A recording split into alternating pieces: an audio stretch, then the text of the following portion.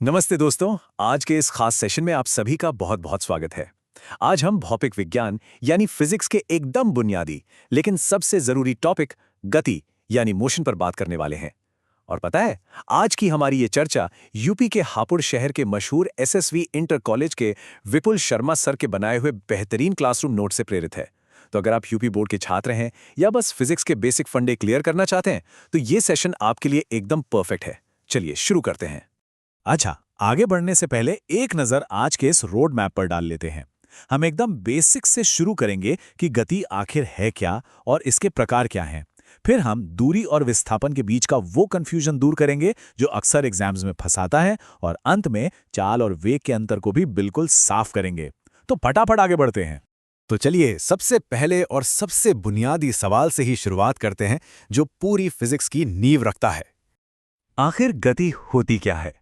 सोचिए, हापुड़ का कोई छात्र अपनी साइकिल उठाता है और घर से एसएसवी इंटर कॉलेज के लिए निकलता है। जैसे जैसे समय बीत रहा है वैसे वैसे उसकी जगह यानी उसकी स्थिति भी बदल रही है। बस यही तो गति है।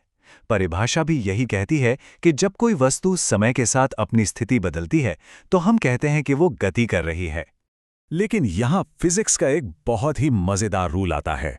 कोई चीज चल रही है या रुकी हुई है, ये पूरी तरह से इस बात पर निर्भर करता है कि उसे देख कौन रहा है, यानी ऑब्जर्वर कौन है। इसीलिए कहा जाता है कि गति और विराम दोनों हमेशा सापेक्ष या रिलेटिव होते हैं। अब जरा विपुल सर के इन खूबसूरत हस्तलिखित नोट्स पर गौर कीजिए। कितनी बढ़िया कैलीग्राफी है ना? यहाँ गति के 3 मुख्य प्रकार समझाए गए हैं।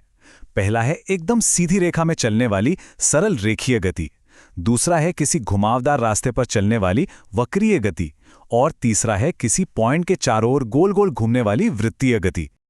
और अगर हम अगले पन्ने पर आएं तो यहाँ विजुअल डायग्राम के साथ 2 और प्रकार बहुत ही शानदार तरीके से बताए गए हैं। एक है दोलनी गति, जैसे दीवार घड़ी का पेंडुलम, जो एक ही जगह से आगे पीछे झूलता रहता है। और दूसरी है ब्राउनी गति, जो आपने शायद केमिस्ट्री में भी पढ़ी होगी, कणों का एकदम टेढ़ा मेढ़ा रैंडम और जिगजैग मोशन। अब हम सेशन के उस हिस्से में आ गए हैं जो मेरा फेवरेट है। यहाँ हम उन 2 शब्दों को डिकोड करेंगे जो सुनने में तो बिल्कुल भाई भाई लगते हैं, लेकिन फिजिक्स में उनका काम एकदम अलग है। वो 2 शब्द हैं दूरी और विस्थापन। दूरी का मतलब बहुत सीधा है, आपके द्वारा चला गया पूरा असली रास्ता, आप जहां जहां गए सब जोड़ लो। लेकिन विस्थापन बहुत ही टू द पॉइंट चीज है। यह बस आपकी शुरुआत की जगह और अंत की जगह के बीच की सबसे छोटी एकदम सीधी लाइन वाली दूरी है। बीच में आप कहां कहां घूमें, इससे इसे कोई मतलब नहीं। इसे समझने के लिए नोट्स का ये वर्गाकार खेत वाला उदाहरण देखिए। गणित एकदम साफ हो जाएगा। मान लीजिए एक खेत है जिसकी हर साइड 10 मीटर की है। अगर आप उसका एक पूरा चक्कर लगाते हैं तो आप 40 मीटर चलते हैं। ये हो गई आपकी दूरी। लेकिन क्योंकि आप घूम फिर कर वापस उसी जगह आ गए जहां से आपने शुरू किया था, तो आपका विस्थापन क्या हुआ? जी हां, बिल्कुल शून्य। तो यहीं से दिमाग में एक बड़ा ही ट्रिकी सवाल आता है। विस्थापन तो शून्य हो गया, लेकिन क्या चल रही किसी वस्तु द्वारा तय की गई दूरी कभी शून्य हो सकती है? जवाब है बिल्कुल नहीं, कोई चांस ही नहीं है।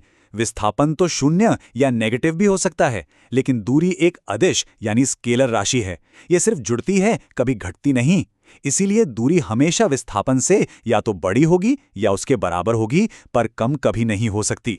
चलिए अब इन दोनों को आमने सामने रखकर इस कॉन्सेप्ट को हमेशा के लिए पक्का कर लेते हैं। ये देखिए, मूल अंतर आपके सामने है। दूरी सिर्फ एक परिमाण या मैग्नीट्यूड है, इसे दिशा से कोई लेना देना नहीं। वहीं दूसरी तरफ विस्थापन एक सदिश या वेक्टर राशि है। इसके लिए दिशा का होना एकदम जरूरी है। इसी दिशा की वजह से ही तो विस्थापन शून्य या माइनस में जा सकता है। ठीक है, तो हमने रास्ता तो नाप लिया, लेकिन अब सवाल है कि स्थिति कितनी तेजी से बदल रही है। इसके लिए हमें चाल यानी स्पीड को समझना होगा। सर के नोट्स में चाल की परिभाषा बहुत ही सरल शब्दों में दी गई है। एकांक समय में चली गई दूरी।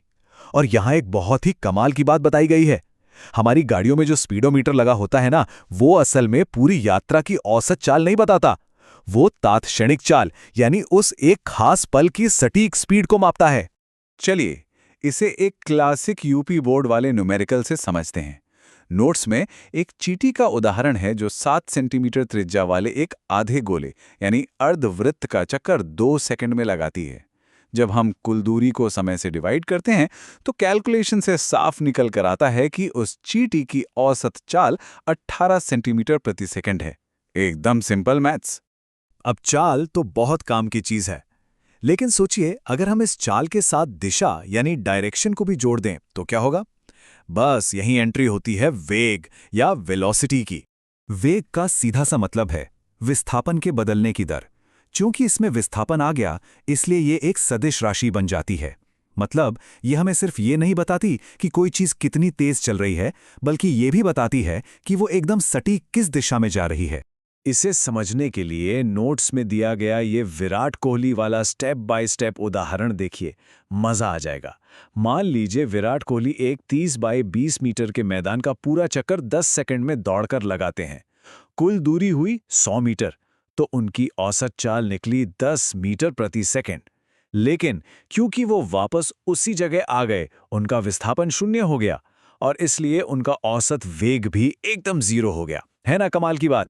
तो चलिए अब इस सेशन की आखिरी और सबसे अहम तुलना पर आते हैं, जिससे आपके सारे फंडे क्लियर हो जाएंगे। इस हाथ से बनी साफ सुथरी टेबल को देखिए। सारे नियम यहाँ एकदम शीशे की तरह साफ हैं।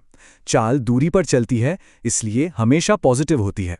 वेग विस्थापन पर चलता है, इसलिए वो 0 या नेगेटिव भी हो सकता है। और बस आपकी सहूलियत के लिए उसी हस्तलिखित डेटा को हमने यहाँ एक साफ डिजिटल टेबल में रख दिया है। चाल एक अदिश राशि है, कभी नेगेटिव नहीं होती। वेग सदिश राशि है और ये नेगेटिव या 0 हो सकता है। आज के इस पूरी चर्चा को समेटते हुए बस कुछ गोल्डन रूल्स हमेशा याद रखिएगा।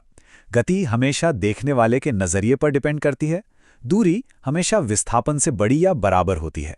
बिल्कुल वैसे ही चाल हमेशा वेग से बड़ी या बराबर होती है। सिर्फ एक दिशा जुड़ जाने से कैलकुलेशन कैसे पूरी तरह बदल जाती है, ये हमने आज अच्छे से समझ लिया है। और जाते जाते आपके दिमाग की कसरत के लिए एक बहुत ही गहरा सवाल छोड़े जा रहा हूं। अगर गति और विराम पूरी तरह से सापेक्ष हैं और हम जानते हैं कि हमारा ब्रह्मांड लगातार फैल रहा है, तो क्या इस पूरे ब्रह्मांड में किसी भी चीज का सचमुच रुका हुआ होना यानी पूरी तरह से रेस्ट में होना पॉसिबल भी है? सोचिएगा इस बारे में। आज के लिए बस इतना ही। नई चीजें सीखते रहिए,